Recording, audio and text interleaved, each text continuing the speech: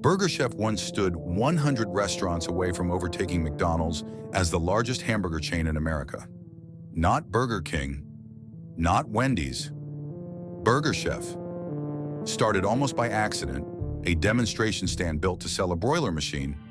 It grew into a flame-grilled empire that stretched across the Midwest and beyond. The Big Chef, the Works Bar, where anyone could pile on their own toppings.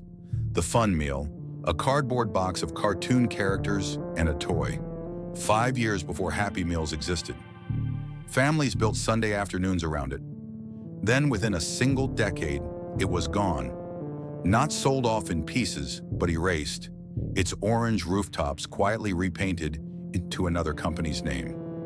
How does a chain that nearly beat McDonald's disappear so completely that most Americans under 60 have never heard its name? The answer involves a corporate takeover, a legal fight over a children's toy, and a tragedy that still haunts a small Indiana town. Frank P. Thomas Jr. was not a restaurant man. He was a machinist and a tinkerer, born into a family business that built commercial kitchen equipment.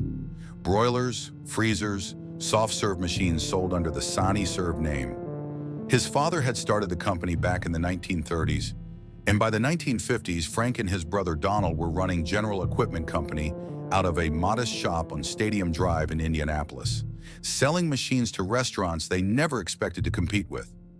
In 1954, Frank and Donald patented something new, a gas-fired flame broiler, a machine that could cook a hamburger patty over open flame at a speed no griddle could match. It produced a burger with a smoky, charred edge, something closer to backyard cooking than anything coming out of a fast food kitchen at the time. The problem was, nobody wanted to buy it sight unseen. Restaurant owners needed to taste what the machine could do before they'd spend money on it. So Frank built a demonstration stand. In 1957, at the Little America Amusement Center on Indianapolis's north side, across from the new Glendale Shopping Center, he set up a small pilot restaurant with no name recognition and no advertising budget. Just the machine, cooking burgers, one after another, for anyone willing to try one. It worked exactly as intended. It also did something nobody planned for. People kept coming back, not for the machine, but for the burger. By 1958, Frank and Donald, joined by Robert Wildman, a partner with experience in restaurant operations, opened their first real storefront at 1300 West 16th Street, just down the road from the demonstration stand. They called it Burger Chef, a name chosen deliberately to sound a step above the ordinary drive-in. The hamburger sold for 15 cents. There was nothing polished about that first location. It was a small self-service stand with a walk-up window, built for speed and built for working people. Factory shift workers, families from the surrounding blue-collar neighborhoods, kids on bicycles with a few coins in their pockets. The smell coming off that flame broiler was unlike anything else on 16th Street. Char and smoke instead of griddle grease. For 15 cents, a family could feed a child a hot meal that tasted like it came off a backyard grill, not a factory line. Thomas never set out to build a hamburger empire. He set out to sell a machine. But standing behind that counter in 1958, watching the same customers return week after week, he understood something the equipment catalogs never could have told him. People weren't just buying a burger. They were buying a taste, an experience, something that felt like a small, affordable luxury in a neighborhood that didn't get many of those. That accidental discovery, a broiler built to sell hardware, turned into a business built on flavor, would soon multiply into hundreds of storefronts across the Midwest. What started as a sales gimmick on 16th Street was about to become one of the fastest-growing restaurant chains in America. By the late 1960s and into the early 1970s, Burger Chef had become something more than a hamburger stand. It had become a ritual, one baked into the rhythm of Midwestern family life. Sunday afternoons after church, families piled into station wagons and drove to the nearest orange-roofed Burger Chef, still dressed in their church clothes. Kids fighting over who got to order first. Birthdays happened there too, not at home with a store-bought cake, but at a booth under fluorescent lights with a big chef and a small paper crown, if the staff had one handy.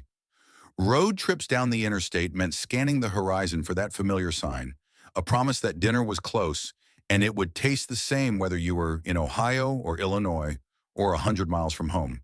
The signature meal told the story on its own. The big chef arrived on a soft bun, two flame-broiled patties stacked with melted cheese, crisp lettuce, tangy special sauce, and pickles. A burger built to rival anything McDonald's or Burger King had on their menus, and built with that unmistakable char that only a flame broiler could produce. Alongside it came the triple threat: burger, fries, and a drink bundled together. A combo meal concept so simple it seems obvious now. But in the early 1960s, Burger Chef invented it. Every combo meal sold at every fast food counter in America today traces back to that idea. Then came the Works Bar. For the first time, a fast food customer didn't have to accept whatever came standard on the burger. They could walk up to a self-serve station stacked with tomatoes, onions, pickles, lettuce, and condiments, and build the burger exactly the way they wanted it. It sounds small today, in an era where customization is expected everywhere. In 1970, it felt like being handed control, like the restaurant trusted you to know what you liked. And for the youngest customers, there was the fun meal. Introduced in 1973, it packaged a burger, fries, a drink, a cookie, and a small toy into a colorful cardboard box decorated with a cast of original characters: Burger Chef and his sidekick Jeff, along with Burgerini the Magician, the Vampire Count Fangburger, the Talking Ape Burgerilla, and Cackleburger the Witch. Every box came with a small adventure story printed on the inside. 5 years before McDonald's would introduce the Happy Meal, Burger Chef had already figured out that feeding a child could feel like an event. On television, Burger Chef and Jeff appeared in commercials voiced by Paul Winchell, a familiar cartoon duo that Midwestern kids grew up recognizing instantly, the same way they recognized Tony the Tiger or Ronald McDonald. For a stretch of years, Burger Chef wasn't chasing McDonald's from a distance, it was standing right beside it. By the early 1970s, industry counts placed Burger Chef as the second largest hamburger chain in the country, trailing McDonald's by only about 100 locations. A gap so narrow that inside the company, people genuinely believed they could close it. Behind the counter, working at Burger Chef carried its own kind of pride.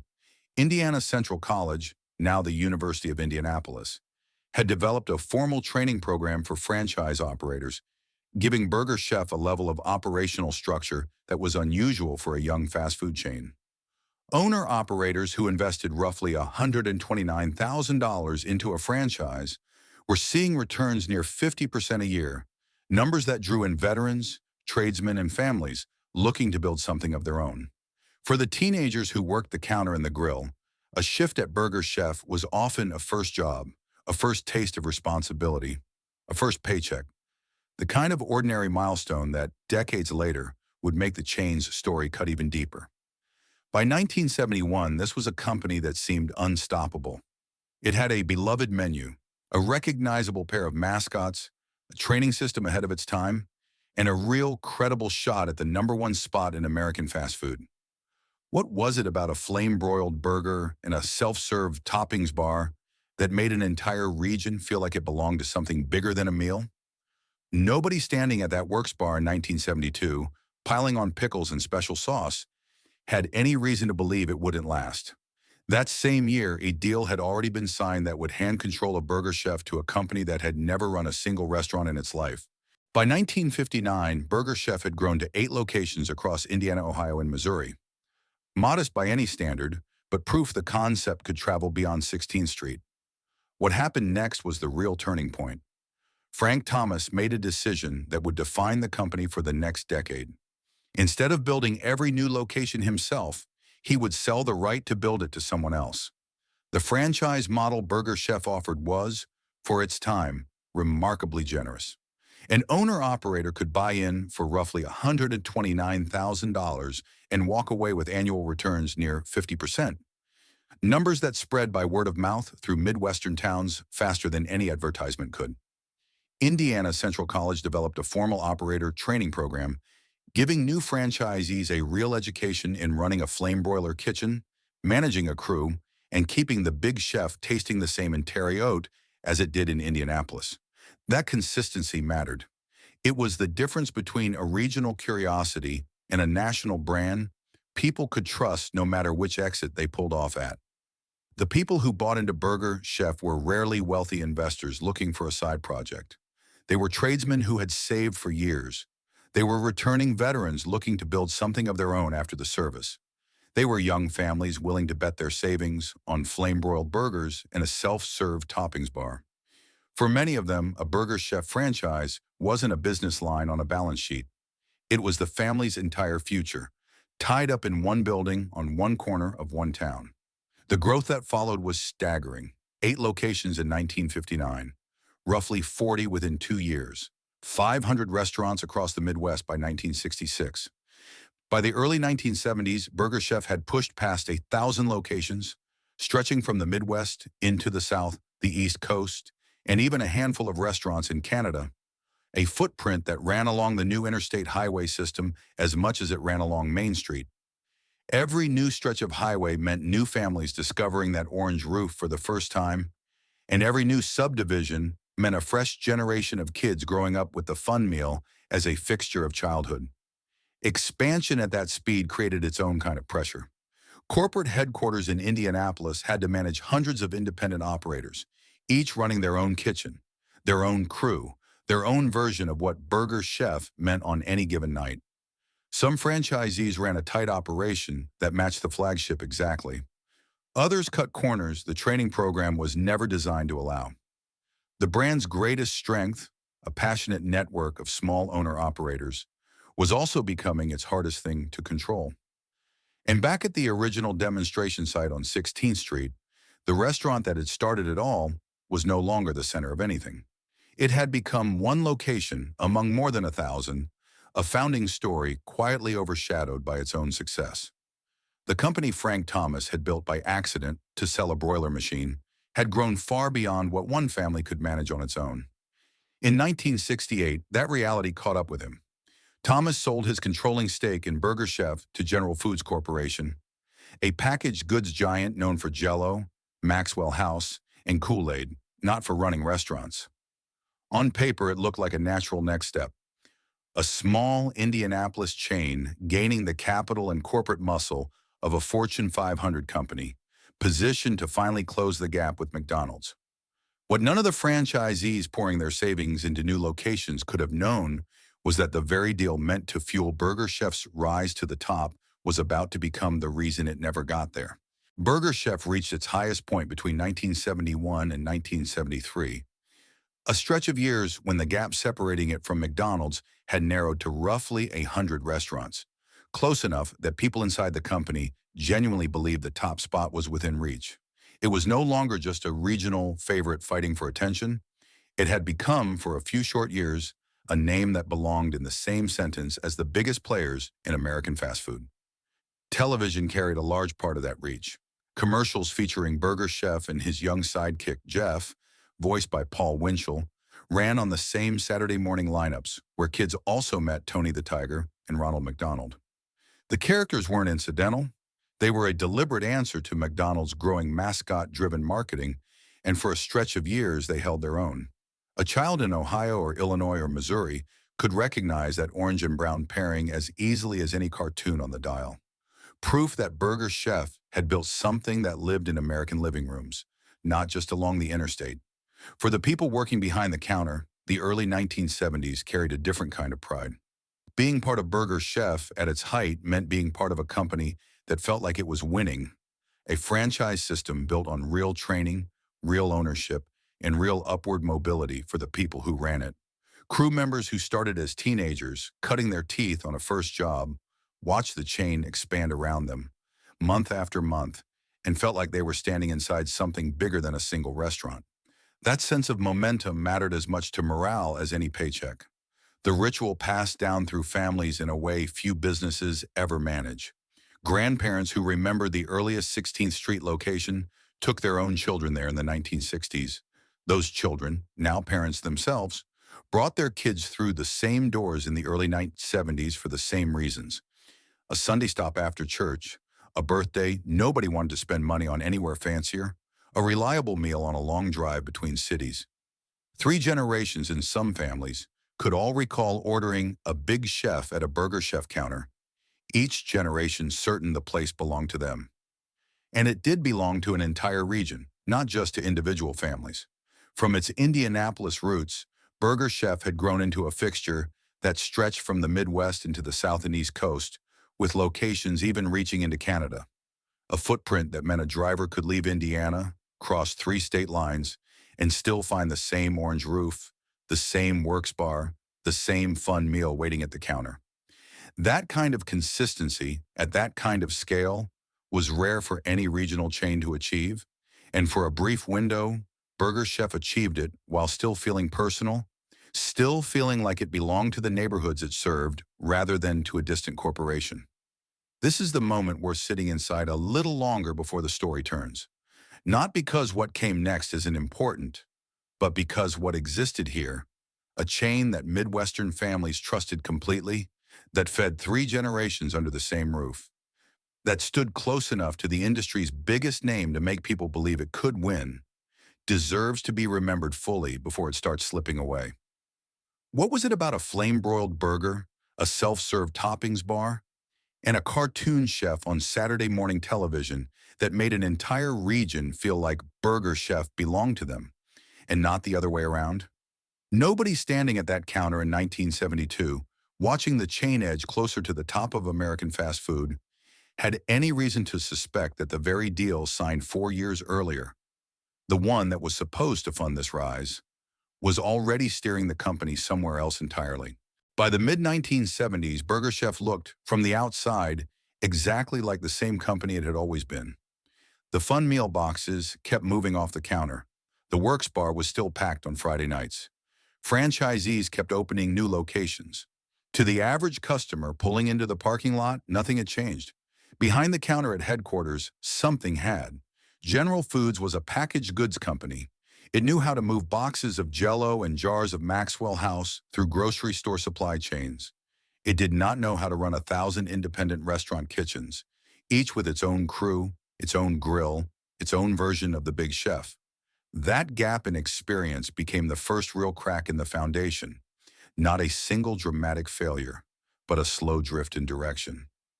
Decisions that used to come from people who had built the flame broiler with their own hands now came from executives managing Burger Chef the same way they managed a cereal brand, through spreadsheets, market share targets, and quarterly projections, rather than through what was actually happening at the counter. Consistency, the very thing that had made the franchise system work, began to erode. Some restaurants still ran exactly the way the Indiana Central College training program had taught. Tight, proud, true to the original recipe.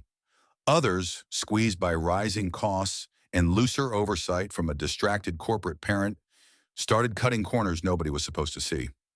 A burger in one town didn't always taste like the same burger 2 states over anymore. And for a chain that had built its identity on flame-broiled consistency, that inconsistency mattered more than General Foods seemed to understand. Meanwhile, the competition wasn't standing still. McDonald's kept innovating, kept expanding, kept spending on marketing at a scale a packaged goods subsidiary struggled to match. Burger King pushed harder into new markets.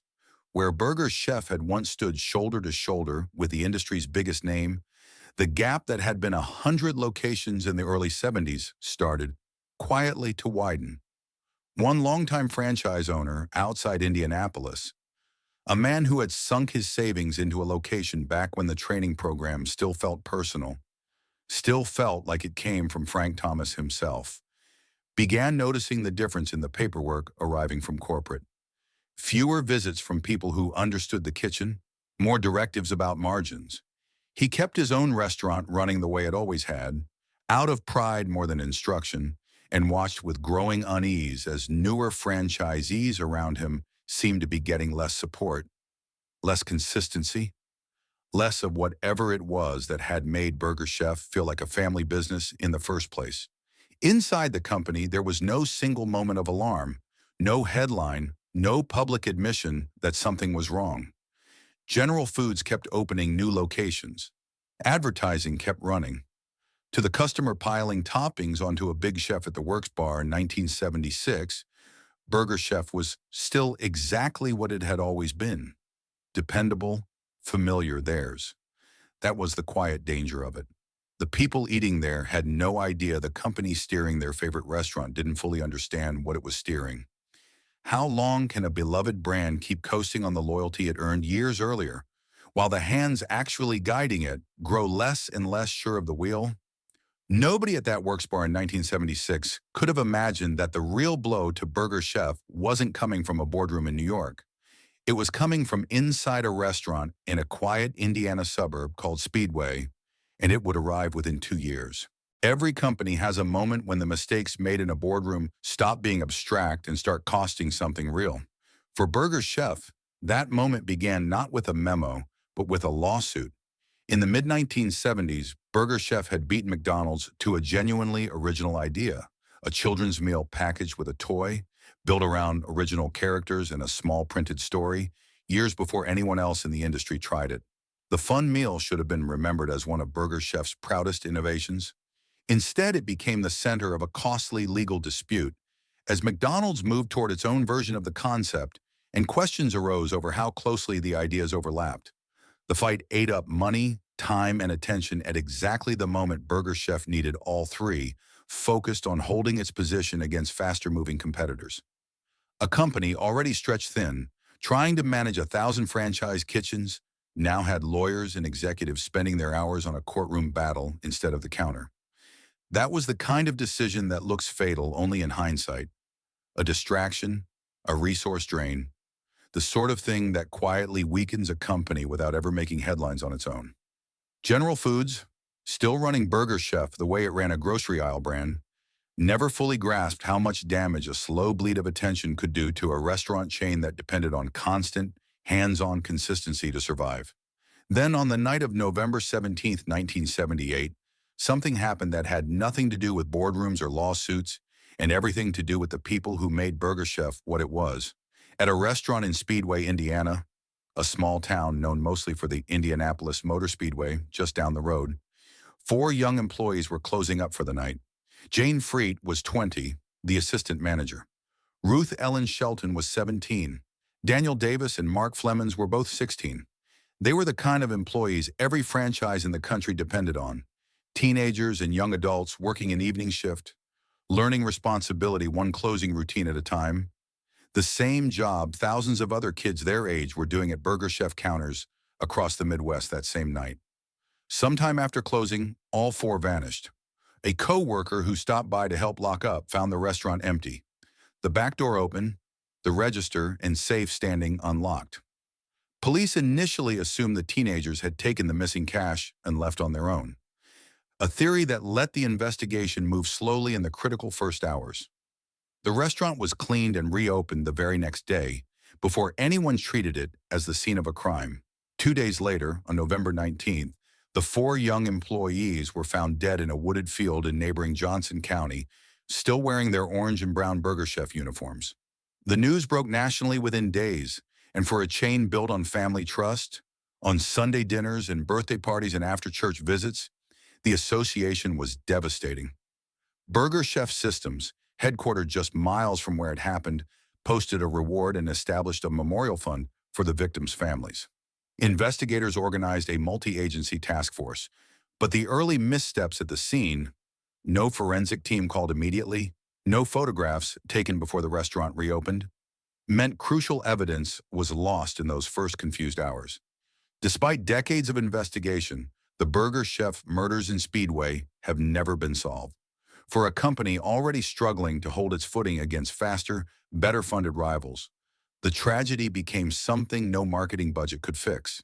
It wasn't a product recall or a bad quarter. It was 4 young people, kids doing the same after-school job that had given a generation of American teenagers their first paycheck, whose deaths became permanently linked to the Burger Chef name in newspapers across the country. Franchisees who had built their entire livelihood around trust, around families feeling safe bringing their children through the door, now watch that same name appear in headlines about an unsolved crime.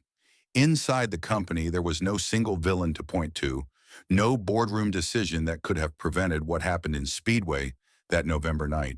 But the timing was its own kind of cruelty, a chain already weakened by slow corporate drift, distracted by legal battles, and losing ground to McDonald's now carried a public tragedy into a decade when it could least afford it. Who is supposed to protect the people who make a beloved brand what it is? The teenagers behind the counter, the franchise owners who stake their savings on it? When the company steering the brand from a distance never fully understood what it was responsible for? By the end of the 1970s, Burger Chef was no longer just a chain quietly losing ground to its rivals. It had become a name carrying real grief alongside its business troubles. And the public unraveling that followed would move faster than anyone at General Foods was prepared for. By 1980, the cracks that had been spreading quietly through Burger Chef for most of the decade were no longer invisible. Sales at hundreds of locations had gone flat or started slipping. The Speedway tragedy still hung over the brand's name in Indiana and beyond. The legal fight over the fun meal had drained money and attention the company needed elsewhere. And General Foods, after more than a decade of running a restaurant chain the way it ran a grocery aisle, had reached a conclusion. Burger Chef was no longer worth the trouble. The end came not as a single dramatic collapse, but as a sale. The kind of transaction that reads as routine business news to everyone except the people whose lives were built inside it. In late 1981, General Foods announced it was divesting Burger Chef entirely. The buyer was Imasco, a Canadian conglomerate that also owned Hardee's. The deal closed in 1982, roughly 679 remaining locations, sold for about $44 million. Of those, 420 were franchised, family businesses, built one shift at a time by owner-operators who had spent years training crews, building loyal customers, and trusting that the name over their door meant something permanent. It didn't. Hardee's had no interest in reviving Burger Chef as a competing brand under the same corporate roof. Within months, the conversion began. In central Indiana alone, 75 Burger Chef restaurants started transforming into Hardee's locations that same year. New signage going up, new menus replacing old ones, orange rooftops repainted to match a different company's colors. Hardee's chairman Jack Lafferty spoke publicly about growing to 2,100 units across 38 states. He was talking about expansion. For the people standing behind the counters being converted, it sounded like an ending. For the franchise owners, the transition meant something far more personal than a corporate press release could capture. Men and women who had signed on in the 1960s and 70s, some of them the veterans and tradesmen who'd bet their savings on Frank Thomas's flame broiler decades earlier, now faced a choice they never expected to make: convert to Hardee's and adopt an entirely new brand identity, or close the doors on something they'd spent their working lives building. Many converted because the alternative meant losing everything. Others simply couldn't make the numbers work and shut down for good, left holding leases on buildings that had been built and equipped specifically for a company that no longer existed. For customers, the change arrived with almost no warning and no ceremony. There was no farewell tour, no final fun meal promotion, no announcement thanking the families who had spent 20 years building birthdays and Sunday dinners around that orange roof. One visit, the Big Chef and the Works Bar were still there. The next, the sign was different, the menu was different, and the restaurant that had shaped a childhood belonged to another company entirely. Newspapers covered it as business news.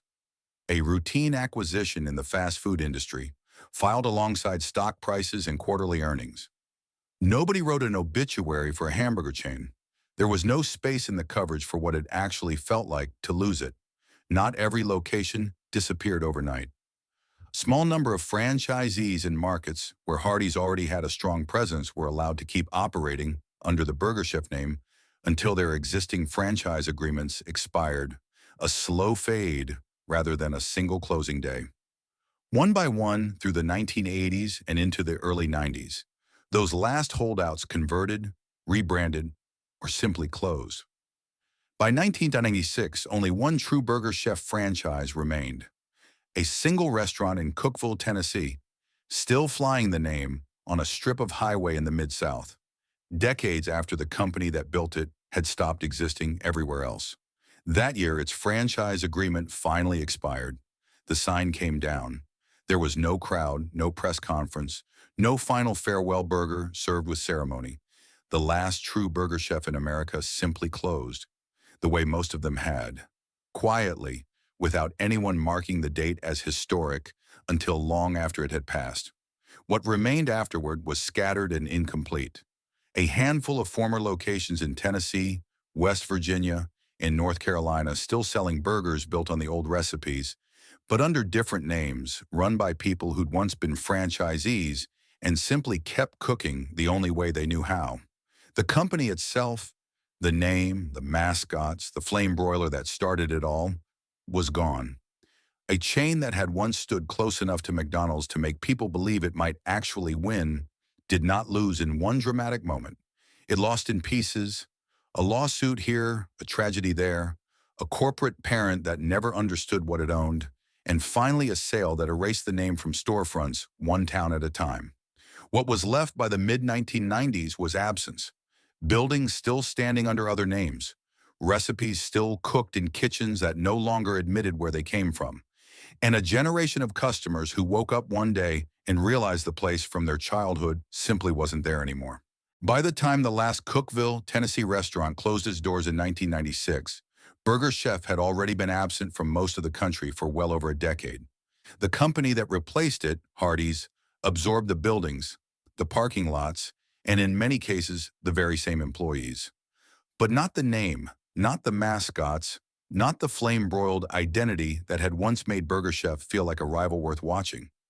McDonald's, meanwhile, kept doing what it had always done, expanding, innovating, and eventually building the Happy Meal into one of the most recognizable products in the history of American retail. A full 5 years after Burger Chef had already proven the idea worked with the Fun Meal. The company that invented the concept got none of the credit history remembers. Revival attempts, when they came, were modest and mostly symbolic. In 2001 and 2007, and again in 2014, Hardee's brought back the Big Chef as a limited-time item in select Midwest markets, the region where Burger Chef's memory ran deepest. In some locations, employees even put on old-style Burger Chef uniforms for the promotion, a brief, deliberate wink at nostalgia, rather than any real attempt to bring the brand back to life. It worked exactly as intended, a flash of recognition, a wave of customers who remembered, and then nothing lasting behind it. A handful of independent restaurants, in Cleveland, Tennessee, South Charleston, West Virginia, Reidsville, North Carolina, kept selling burgers built on the old recipes under different names, run by people who had once been franchisees and simply never stopped cooking the only way they knew how. The broader lesson Burger Chef left behind became a familiar one in American business history, repeated in boardrooms and business schools long after the last restaurant closed. A packaged goods company bought a beloved restaurant chain without understanding what actually made it work. General Foods brought capital and corporate structure to Burger Chef in 1968, but it never brought an understanding of what happens inside a kitchen or what a franchise owner needs from the company whose name is on the building. That mismatch, a grocery aisle mindset applied to a business built on consistency, trust, and the people standing behind the counter, didn't destroy Burger Chef by itself, but it left the company with no reserves of strength left when tragedy and competition arrived at the same time. The communities that had built their weekends around Burger Chef felt the loss in smaller, quieter ways. A Sunday ritual after church lost its destination. A stretch of interstate highway lost a familiar landmark. Franchise families who had staked their savings and their identities on the business had to rebuild under someone else's name, or walk away from something they'd spent decades building. And in Speedway, Indiana, the loss carried a weight no other towns ever did. A community that never got closure, an unsolved case that outlived the very restaurant where it began, and 4 families who lost far more than a job their children once loved. What does it mean when a place that shaped an entire region's childhood disappears so completely that most of the country forgets it ever existed? Burger Chef's name faded from storefronts, but its ideas never did. The combo meal, the customizable toppings bar, the kids' meal with a toy inside. Nearly every fast food counter in America today is, in some small way, still built on things Burger Chef thought of first. Somewhere tonight, in a kitchen in the Midwest, someone is trying to describe the taste of a big chef to a grandchild who will never get to order one. They'll talk about the char from the flame broiler, the way it tasted different from anything else. Not quite like a backyard cookout, not quite like anything else on a fast food menu, just its own thing. They'll mention the Works bar, how strange it felt the first time a restaurant let you build your own burger instead of handing you whatever came standard. They'll remember a cardboard box with a magician and a friendly vampire printed on the side, and a small toy that made an ordinary Tuesday dinner feel like an event. The grandchild will nod politely, unable to picture any of it, because the place that held all those memories has been gone longer than they've been alive. That's what it means to lose a restaurant that was never really about the food. Burger Chef mattered because of what happened around the counter, not because of what came off the grill. It was the stop after church, when a family still dressed for Sunday could sit in a booth and let a 15-cent burger stand in for a proper meal without anyone feeling like they'd cut a corner. It was the birthday destination for families who couldn't afford anything fancier, and didn't need to, because a paper crown and a big chef were enough to make a kid feel celebrated. It was the first paycheck for thousands of teenagers across the Midwest. Jane, Ruth Ellen, Daniel, and Mark among them. Kids who showed up for an evening shift the same way millions of other kids did, learning what it meant to be trusted with a register and a closing routine. For a lot of small towns along the interstate, it was simply the place, the one everyone agreed on, the one that didn't require an explanation. It enabled something that doesn't show up in any account of the company's rise or its sale.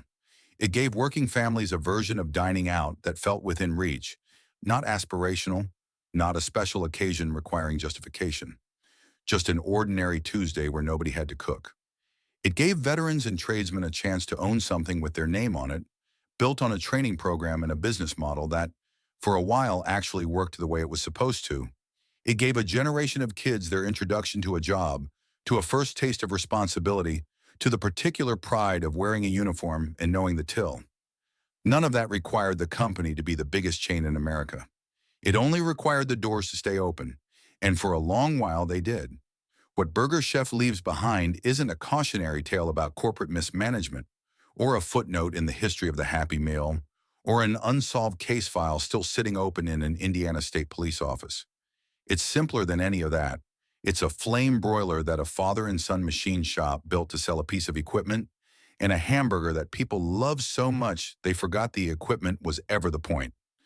It's a Works bar that made a customer feel, for a moment, like the restaurant was theirs. It's four teenagers in orange and brown uniforms who never got to grow up, whose names deserve to be spoken alongside the story of the place where they worked, not buried beneath it. The buildings are mostly gone now, or wearing someone else's name. The recipes survive in a handful of restaurants that never stop cooking them, tucked into towns most of the country has never heard of. The mascots don't appear on television anymore, but somewhere a person who was a kid in 1972 still remembers exactly how it felt to walk up to that toppings bar for the first time, exactly what that cardboard fun meal box looked like sitting on a plastic tray. That memory's real, and it was earned, and no acquisition, no lawsuit, no unsolved tragedy can take it back. Burger Chef didn't win the fight it set out to win, but for a stretch of years in kitchens and booths across the American Midwest, it was loved. And being loved, even for a while, is not the same as being forgotten.